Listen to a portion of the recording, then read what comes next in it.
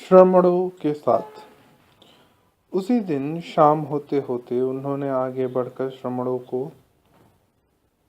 जा लिया और उनके संग साथ और कृपा का अनुरोध किया। वे स्वीकार कर लिए गए। सिद्धार्थ ने अपने वस्त्र सड़क चलते एक गरीब ब्राह्मण को दे दिए और सिर्फ अपनी लंगोटी और मिट्टी के रंग का अनसिला लब्दा अपने पास रखा। वह दिन में सिर्फ एक बार खाता और कभी भोजन न पकाता। उसने 14 दिन उपवास किए। उसने 28 दिन उपवास किए। उसकी टांगों और गालों से मांस गायब हो गया। उसकी फैल गई आंखों से अजीबोगरीब सपनों की परछाइयाँ झलकती। उसकी पतली पतली उंगलियों के नाखून लंबे हो गए और एक सूखी कटीली दाढ़ी उसके ठोठी पर नजर आने लगी। औरतों का सामना होने पर उसकी निगाहें बर्फ सी ठंडी हो जाती। जब वह अच्छे कपड़े पहने लोगों के नगर से गुजरता तो उपेक्षा से उसके होंठ सिकुड़ जाते। वह व्यापारियों को सौदा बेचते, राजकुमारों को शिकार के लिए जाते, शोकाकुल रोगों को अपने मृत जनों पर रोते, वैश्याओं को अपने देह प्रस्तुत करते, वैद्यों को रोगियों का उपचार करते, पुजारियों को बुआई का मुहूर्त तय करते, प्रेमियों को प्रेम करते, माँओं को बच्चे बहलाते देखता। और ये सब उड़ती हुई निगाहें के भी लायक नहीं थे। हर चीज झूठी थी, झूठ से गंध आती थी। वे सब चेतना, सुख और सौंदर्य का माया जाल थे। सबके सब सड़ने नष्ट होने के लिए अभिशप्त थे। संसार कड़वा लगता, जीवन दुख से भरा था। सिद्धार्थ का केवल एक लक्ष्य था, खाली हो जाना। प्यास, इच्छा, सपनों, सुख और दुख से रहित हो जाना, स्वयं को मर जाना, निजता से रहित होना, रिक्त हृदय की शांति का अनुभव करना, शुद्ध विचारों की अनुभूति। यही उसका उद्देश्य था। सब समूचा सत्य वह जीता जा चुका। मर जाए। जब सभी आवेग और इच्छाएं खामोश हो जाएं, तब अंतिम को तो जागना ही होगा। अस्तित्व का वह अंततम जो स्वयं नहीं रह गया होगा, वह महान रहस्य। खामोशी से सिद्धार्थ सूरज की तीखी धूप में खड़ा था, पीड़ा और प्यास से भरा हुआ, और तब तक खड़ा रहा जब तक उसे पीड़ा और प्यास की अनुभूति नहीं रही। खामोशी से वह वर्षा में खड़ा रहा। पानी उसके बालों से उसके ठिठुरते कंधों पर टिपकता रहा, उसके ठिठुरते कुल्हू और टांगों पर। और तपस्वी तब तक खड़ा रहा जब तक कि उसके कंधे और टांगों की ठुठुरन बंद नहीं हो गई। वे शांत नहीं हो गई, स्थिर नहीं हो गई। खामोशी से वह कांटों के बीच दुबका रहा। उसकी छरछराती चमड़ी से खून टपका, घाव बन गए। उस सिद्धार्थ जड़ निश्चल बना रहा जब तक कि खून का बहना बंद नहीं हो गया। चुभन खत्म हो गई, छरछराहट जाती रही। सिद्धार्थ सीधा तनकर बैठा और उसने अपनी सांस को बचाना सीखा। बहुत थोड़ी सांस से काम चलाना सीखा। सांस को रोके रखना, सांस अंदर को खींचते हुए उसने दिल की धड़कन को शांत करना सीखा। धड़कनों को कम करना सीखा, जबकि बहुत थोड़ी धड़कन रह गई और फिर मुश्किल से थोड़ी सी ही बची। श्रमणों से सबसे वरिष्ठ की देख रेख और शिक्षा में सिद्धार्थ श्रमणों के नियमों के अनुसार आत्मनिग्रह और ध्यान लगाने का अभ्यास करने लगा। बसवारी के ऊपर से एक बकुल पाखी उड़ता हुआ गया और सिद्धार्थ बकुल पाखी को अपनी आत्मा में धारण कर वनों और पर्वतों के ऊपर से उड़ता चला गया। बकुल पाखी बन गया। मछलियां खाईं, बकुल पाखी की भूख महसूस की, बकुल भाषा इस्तेमाल की। बकुल पाखी की मृत्यु मर गई। रेतीले तट पर एक मरा हुआ सियार पड़ा था और सिद्धार्थ की आत्मा उसकी लाश में प्रवेश कर गई। वह मुर्दा सियार बन गया, तट पर पड़ा रहा, फूला, गंधाया, सड़ गया, लकड़बग्घों द्वारा टुकड़े टुकड़े कर दिया गया, गिद्धों द्वारा नोचा गया, कंकाल बन गया, मिट्टी में मिल गया, वातावरण में घुल गया। और सिद्धार्थ की आत्मा लौटी, मरी सड़ी, मिट्टी में बदली, जीवन चक्र की बेचैन राह से परिचित हुई, उसका अनुभव किया। उसने एक नई प्यास के साथ किसी शिकारी की तरह एक खड्ड के किनारे इंतजार किया, जहाँ जीवन चक्र समाप्त होता है, जहाँ कारणों का अंत होता है, जहाँ पीड़ाहीन अनंतता शुरू होती है। उसने अपनी इंद्रियों को मार दिया, उसने अपनी स्मृति मार दी। वह हजार अलग अलग रूपों में अपने अस्तित्व से बाहर सरक आया। वह पशु, शव, पत्थर, लकड़ी, पानी बना, और हर बार वह फिर से जाग गया। चंद्रमा का, सूर्य चमका, वह फिर से स्वयं बन गया, सिद्धार्थ बन गया। जीवन चक्र में झूलता हुआ दाखिल हुआ। उसने प्यास महसूस की, प्यास जीती, नई प्यास महसूस की। सिद्धार्थ ने श्रमणों से बहुत कुछ सीखा। उसने निजता से छुटकारा पाने के बहुत से तरीके सीखे। उसने पीड़ा से होकर स्वेच्छा से सही गई तकलीफ और पीड़ा पर विजय पाने के माध्यम से भूख, प्यास और थकान से होकर आत्मनिग्रह के पथ का अनुसरण किया। उसने ध्यान और मनन द्वारा मन मस्तिष्क को सभी छवियों, बिंबों से रहित करने के साधन से आत्मनिग्रह की राह तय की। उसने इन राहों के साथ साथ दूसरे पथों पर यात्रा करना सीखा। हजारों बार उसने अपने स्वयं को गंवाया और कई कई दिनों तक अनिश्चितत्व में निवास किया। लेकिन हालांकि ये पथ उसे निजता से, स्वयं से दूर ले गए, अंत में वो हमेशा उसे उसी तक लौटा लाए। हालांकि ये सिद्धार्थ हजार बार स्वयं से भागा, उसने शून्य में निवास किया, पशु और पत्थरों में निवास किया, लेकिन वापसी अनिवार्य थी। वह घड़ी अनिवार्य थी कि जब वह फिर से खुद को धूप या चांदनी, छाया या वर्षा में पाता, और फिर एक बार स्वयं और सिद्धार्थ हो जाता, फिर दुहर जीवन चक्र की वेदना महसूस करता। गोविंदा उसके साथ मौजूद रहा, उसकी छाया। उसने भी उसी पथ पर यात्रा किया, वही प्रयास किए। अपनी स्वयं और अभ्यासों की जरूरत के अलावा वे बिरले ही एक दूसरे से बात करते। कभी कभी वे अपने और अपने गुरुओं के लिए भोजन की भिक्षा मांगने साथ साथ गांवों में जाते। तुम्हारा क्या ख्याल है गोविंद? सिद्धार्थ ने इन्हीं भिक्षाटन के दौरान एक दिन पूछा। तुम्हारे ख्याल में हम कुछ आगे पहुंचे हैं? क्या हम अपने लक्ष्य तक पहुंचे हैं? गोविंद ने जवाब दिया, हमने सीखा है और अब भी सीख रहे हैं। तुम एक महान श्रमण बनोगे सिद्धार्थ। तुमने अभ्यास जल्दी सीख लिया है। बूढ़े श्रमणों ने अक्सर तुम्हें सराहा है। एक दिन तुम पूर्ण आत्मा बन जाओगे। सिद्धार्थ ने कहा, मुझे तो ऐसा नहीं लगता मित्र। अब तक श्रमणों से मैंने जो कुछ सीखा है वह मैं कहीं अधिक जल्दी और आसानी से वैश्याओं के मोहल्ले में, हर सराय में, कहारों में और जुआरियों के बीच सीख सकता था। गोविंद बोला, सिद्धार्थ ठिठोली कर रहा है। तुम उन निकम्मों और पाजियों के साथ मनन करना, सांस रोकना और भूख और पीड़ा के प्रति उदासीनता कैसे सीखते? और सिद्धार्थ ने धीमे स्वर में कहा, मानो खुद से अपने से बात कर रहा हो। क्या है मनन और ध्यान? देह के निग्रह का मतलब? उपवास क्या है? सांस रोकना क्या है? यह अपने से, अपनी निजता से भागना है, थोड़े समय के लिए आत्मा की वेदना से मुक्ति पाना। जीवन की पीड़ा और मूर्खता का स्थायी उपचार है। जब बैलगाड़ी हाँकने वाला सराय में चावल की मदिरा या नारियल पानी के कुछ कटोरे पीता है, तब वह भी यह उड़ान भरता है, यह अस्थायी औषधि लेता है। तब वह भी अपने आत्मन को महसूस करना बंद कर देता है, जीवन की पीड़ा की अनुभूति से परे चला जाता है। तब वह अस्थायी छुटकारे का अनुभव करता है। नींद की बेहोशी में चावल की, शराब के कटोरे पर लुढ़क जाने के बाद उसे भी वही प्राप्त होता है जो सिद्धार्थ और गोविंद को, जब वे लंबे अभ्यासों और साधना द्वारा अपनी देहों से मुक्त होकर अनिश्चितत्व में निवास करते हैं, तो लगता है।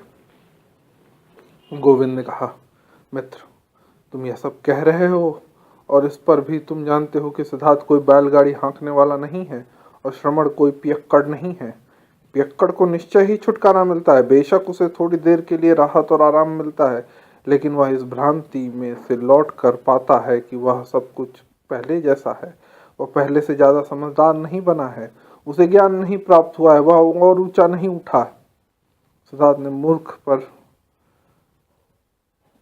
पर एक सीमित के साथ जवाब दिया, मुझे नहीं मालूम, मैं कभी पियक्कड़ नहीं रहा, लेकिन यह बात मैं सिद्धार्थ जरूर जानता हूँ कि मुझे अपने अभ्यास और मनन में बहुत कम राहत और आराम मिलता है, और मैं ज्ञान से मोक्ष से उतना ही दूर हूँ जितना गर्भ के भीतर कोई बच्चा होता है। एक और मौके पर जब सिद्धार्थ अपने बंधुओं और गुरुओं के लिए भोजन जुटाने के उद्देश्य से भिक्षा मांगने गोविंद के साथ वन में से चला, तो उसने बात शुरू की और कहा, तो गोविंद, क्या हम लोग सही पथ पर हैं? क्या हमारा ज्ञान बढ़ रहा है? क्या हम मोक्ष की दिशा में अग्रसर हैं, या शायद हम लगातार चक्कर काट रहे हैं? हम जिन्होंने इस चक्र से मुक्ति के बारे में सोचा था। गोविंद ने कहा, हमने काफी सीखा है सिद्धार्थ, अब भी बहुत सीखना बाकी है। हम चक्र नहीं काट रहे, हम ऊपर को बढ़ रहे हैं। पथ गोल गोल घूमता हुआ ऊपर को चढ़ता है। हम अब तक बहुत सीढ़ियां चढ़ाए हैं। सिद्धार्थ ने जवाब दिया, तुम्हारे ख्याल से हमारे योग्य गुरु सबसे बड़े श्रमण की क्या उम्र होगी? गोविंद ने कहा, मेरे ख्याल से सबसे बड़े लगभग 60 साल के होंगे। और सिद्धार्थ ने कहा, वे 60 साल के हैं और अभी तक उन्हें निर्वाण प्राप्त नहीं हुआ। वे 70 और फिर 80 साल के हो जाएंगे, और तुम और मैं, हम उनके जितने बूढ़े हो जाएंगे और अभ्यास और उपवास और मनन करेंगे, लेकिन हमें निर्वाण नहीं प्राप्त होगा। हम सत्वानाएं खोजते हैं, हम अपने को छलने के लिए चालें सीखते हैं, लेकिन असली चीज वह पथ हमें नहीं मिलता। ऐसे भयंकर शब्द मत बोलो सिद्धार्थ, गोविंद ने कहा। ये कैसे हो सकता है कि इतने ज्ञानियों में, इतने ब्राह्मणों में, इतने तपस्वी और योग्य श्रमणों में से, इतने अन्वेषकों, आंतरिक जीवन के प्रति समर्पित इतने लोग, इतने पूर्ण आत्माओं में से कोई भी सच्चा पथ नहीं खोज पाए? लेकिन सिद्धार्थ ने ऐसी आवाज में कहा जिसमें उतना ही दुख था जितना परिहास। मध्यम कुछ कुछ दुख भरे, कुछ कुछ ठिठोली भरे स्वर में वह बोला, गोविंद, जल्दी ही तुम्हारा मित्र श्रमणों के पथ को छोड़ देगा जिस पर वह इतने दिनों से तुम्हारे साथ चला आया है। मैं तृष्णा से पीड़ित हूँ गोविंद, और श्रमणों के इस लंबे पथ पर मेरी तृष्णा कम नहीं हुई। मुझे हमेशा ज्ञान की प्यास रही है। मैं भीतर से हमेशा प्रश्नों से भरा रहा हूँ। वर्ष दर वर्ष मैंने ब्राह्मणों से प्रश्न पूछे हैं, साल दर साल मैंने पवित्र वेदों से अपने सवाल के जवाब चाहे हैं। शायद यह उतना ही बेहतर होता गोविंद, उतना ही सूझबूझ भरा और पवित्र, अगर मैंने किसी बंदर से सवाल पूछे होते। मैंने यह सीखने में काफी समय खर्च किया है गोविंद, और अभी खत्म नहीं हुआ है गोविंद कि हम कुछ नहीं सीख सकते। मेरा विश्वास है कि हर चीज के सार में कुछ ऐसा है जिसे हम शिक्षा नहीं कह सकते। मित्र, केवल एक ज्ञान है जो हर जगह है, जो आत्मन है, जो मुझ में और तुम में और हर जीव में है। और मुझे अब विश्वास होने लगा है कि इस ज्ञान का सबसे बड़ा शत्रु ज्ञानी पुरुष के सिवा, शिक्षा के सिवा और कोई नहीं है। इस पर गोविंद पथ पर चलते चलते एकदम ठिठक कर खड़ा हो गया। उसने हाथ उठाकर कहा, सिद्धार्थ, अपने मित्र को ऐसी बातों से मत सताओ। सच, तुम्हारे शब्द मुझे बेचैन कर रहे हैं। सोचो, अगर जैसा कि तुम कहते हो कोई ज्ञान नहीं है, तो हमारी पवित्र पावन प्रार्थनाओं, ब्राह्मणों की प्रतिष्ठा और सम्मान का, श्रमणों की पवित्रता का क्या अर्थ होगा? सब कुछ का क्या होगा? धरती पर क्या पवित्र रह जाएगा? क्या रह जाएगा मूल्यवान और पावन? गोविंद ने दबे स्वर में खुद को एक श्लोक सुनाया, उपनिषदों में से एक श्लोक, जिसकी चिंतनशील पवित्रति वृत्ति आत्मा में डूब जाती है, वह शब्दातीत आनंद का अनुभव करता है। सिद्धार्थ चुप रहा। वो देर तक उन शब्दों पर टिका रहा जो गोविंद ने बोले थे।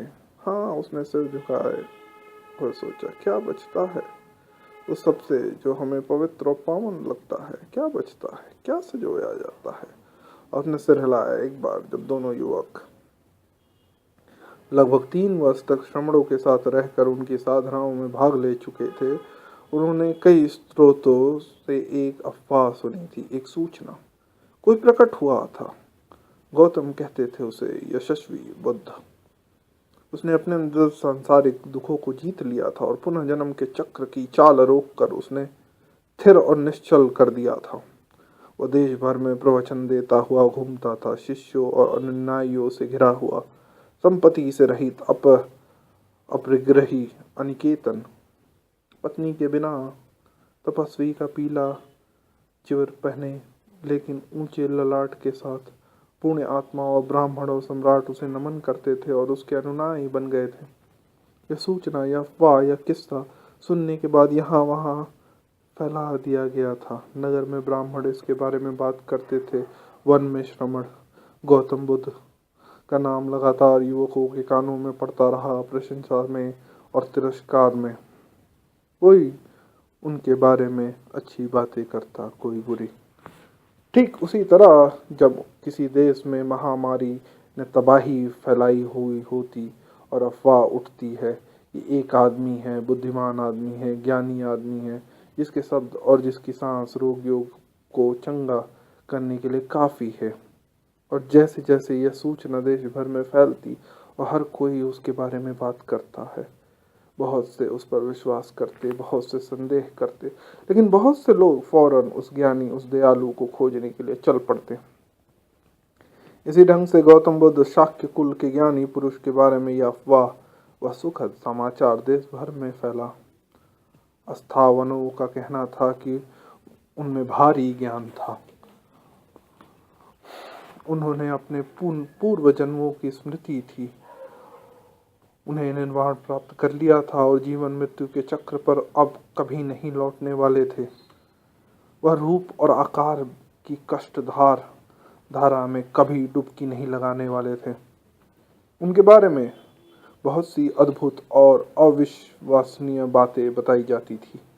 उन्होंने आश्चर्यजनक कारनामे कर दिखाए थे, शैतान को जीत लिया था, देवताओं से बात कर ली थी। लेकिन उनके दुश्मन और संकालु लोग कहते थे कि यह गौतम एक निकम्मा, पाखंडी है। वह ऊंचे रहन सहन में अपने दिन गुजारता है, यज्ञों और हवन पूजन की उपेक्षा करता है, अज्ञानी है और न तो रीति और न कर्मकांड के बारे में जानता है, न इंद्रिय मन के बारे में। बुद्ध की अफवाहें सुनने में लुभाती थी। इन सूचनाओं में जादू था, संसार रुग्ण था, जीवन कठिन, और यहाँ नई आशा जान पड़ती थी। यहाँ एक संदेश जान पड़ता था, सात्वनादक, मधुर, अच्छी उम्मीदों से भरा हुआ। हर कहीं बुद्ध के बारे में अफवाह थी। पूरे भारत में युवक सुन रहे थे, उत्कंठा और आशा महसूस कर रहे थे, और नगरों और गांवों में ब्राह्मणों के बेटों के यहाँ हर तीर्थयात्री और अजनबी का स्वागत था, अगर वह उसका अरहंत का बुद्ध का समाचार लाता था। सूचनाएं वन में श्रमणों तक भी पहुंची और सिद्धार्थ और गोविंद तक भी। हर बात थोड़ा थोड़ा करके, हर बात छोटी सी आशा से भरपूर, संदेह से भरी हुई। वे इस बारे में कम चर्चा करते थे क्योंकि सबसे वृद्ध श्रमण इस सूचना के अनुकूल थे। उन्होंने सुना था कि यह कथित बुद्ध पहले खुद भी एक तपस्वी था और वनों में रहा था, जिसके बाद यह भोग विलास के जीवन और सांसारिक सुखों की ओर मुड़ गया था, और वे इस गौतम के पक्ष में नहीं थे। सिद्धार्थ गोविंद ने एक बार अपने मित्र से कहा, आज मैं गांव में था और एक ब्राह्मण ने मुझे अपने घर में बुलाया, और घर में मगध से आया हुआ एक ब्राह्मण पुत्र था। उसने अपनी आंखों से बुद्ध को देखा है और उन्हें प्रवचन देते सुना है। सच कहूँ तो मैं लालसा से भर उठा और मैंने सोचा, मेरी कामना है कि सिद्धार्थ और मैं, हम दोनों उस दिन को देखने तक जीवित रह सकें जब हम शुद्ध आत्मा के मुख से उनके उपदेशों को सुन सकेंगे। मित्र, क्या हम भी वहां जाकर और बुद्ध के मुख से उन उपदेशों को न सुने? सिद्धार्थ ने कहा, मैंने तो हमेशा सोचा था कि गोविंद श्रमणों के साथ ही रहेगा। मेरा तो हमेशा यही विश्वास रहा कि उसका उद्देश्य था 60 और 70 बरस का हो जाना, और जब तक कि उन रीतियों, अभ्यासों और तपस्याचार का पालन करना जो श्रमण सिखाते हैं। लेकिन मैं गोविंद को कितना कम जानता था, उसके हृदय में क्या था, इसकी मुझे कितनी कम जानकारी थी। अब मेरे प्यारे सखा, तुम एक नया पथ पकड़कर बुद्ध के प्रवचनों को सुनना चाहते हो। गोविंद बोला, मेरी हंसी उड़ाकर तुम्हें आनंद आता है? ऐसा भी है तो भी कोई बात नहीं सिद्धार्थ। क्या तुम्हें भी उस प्रवचन को सुनने की उत्कंठा नहीं होती, इच्छा नहीं होती? और क्या तुम्हें ने मुझसे यह नहीं कहा था, मैं श्रमणों के पथ पे बहुत दिन तक नहीं चलने वाला?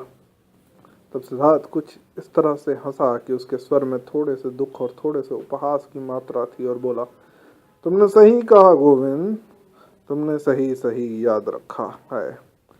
लेकिन तुम्हें वह भी याद रखना चाहिए जो मैंने इसके अलावा भी तुम्हें बताया था, कि मैं उपदेशों और शिक्षा के प्रति अविश्वास से भर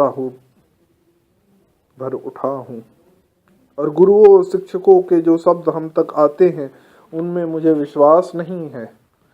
लेकिन ठीक है मित्र, मैं उस नई शिक्षा को सुनने के लिए तैयार हूँ। हालांकि मुझे अपने हृदय में विश्वास है कि हम उसके सर्वोत्तम फल चख चुके हैं।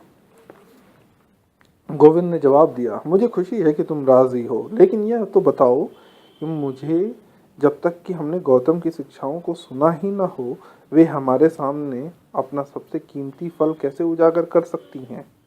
सिद्धार्थ ने कहा, आओ इस फल का आनंद लें और आने वाले फलों की प्रतीक्षा करें। यह फल जिसके लिए हम अभी से गौतम के ऋणी हैं, इस बात में निहित है कि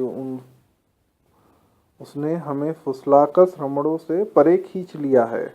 अब हम धीरज धरकर प्रतीक्षा करें और देखें कि इसके अलावा भी दूसरे और बेहतर फल हैं या नहीं। उस दिन सिद्धार्थ ने सबसे वृद्ध श्रमण को छोड़कर जाने के फैसले से उन्हें सूचित कर दिया। उसने वृद्ध श्रमण को यह उसी विनयशीलता और मर्यादा से बताया जो युवक और शिष्यों के अनुरूप थी। लेकिन वृद्ध श्रमण कुपित थे क्यों दोनों युवक उन्हें छोड़कर जाना चाहते थे, और उन्होंने ऊंची आवाज में उन्हें कड़ाई से डांटा। गोविंद को धक्का लगा, लेकिन सिद्धार्थ ने अपना मुंह गोविंद के कान में लगाकर दबे स्वर में कहा, अब मैं बूढ़े को दिखाऊंगा कि मैंने उससे कुछ सीखा है। वह अपने मस्तक को एकाग्र करके श्रमण के निकट जा खड़ा हुआ। उसने वृद्ध श्रमण की आंखों में आंखें डाल दी और अपनी निगाह से उन्हें जकड़ रखा, उन्हें मंत्रमुग्ध किया और चुप कर दिया, उनकी इच्छा शक्ति पर काबू किया। बिना एक भी शब्द बोले उन्होंने वह करने का आदेश दिया जो वह चाहता था। वृद्ध श्रमण मौन हो गया, उनकी आंखें निस्तेज और इच्छा शक्ति पुंग हो गई, उनकी बाहें लटक गई। वे सिद्धार्थ की मोहिनी शक्ति में निशक्त हो गए। सिद्धार्थ के विचारों ने श्रमण के विचारों पर नियंत्रण पा लिया था। उन्हें अब वही करना था जो उसके विचार निर्देशित कर रहे थे। इसलिए बुद्ध श्रमण ने कई बार नमन किया, अपना आशीर्वाद दिया और हकलाते हुए यात्रा के शुभ होने की कामनाएं व्यक्त की। दोनों युवकों ने उनकी मंगलमय कामनाओं के लिए उन्हें धन्यवाद किया, झुककर उनका अभिवादन किया और चल पड़े। रास्ते में गोविंद ने कहा, सिद्धार्थ, जितना मुझे आभास था तुमने श्रमणों से उससे अधिक सीखा है। किसी वृद्ध श्रमण को मंत्रमुग्ध कर देना बहुत मुश्किल है, बहुत मुश्किल है। सच तो यह कहूँ कि अगर तुम यहीं रहते तो तुम जल्दी ही पानी पर चलना सीख जाते। मुझे पानी पर चलने की कोई इच्छा नहीं है, सिद्धार्थ ने कहा। बूढ़े श्रमणों को इन कलाओं में संतोष पाने दो।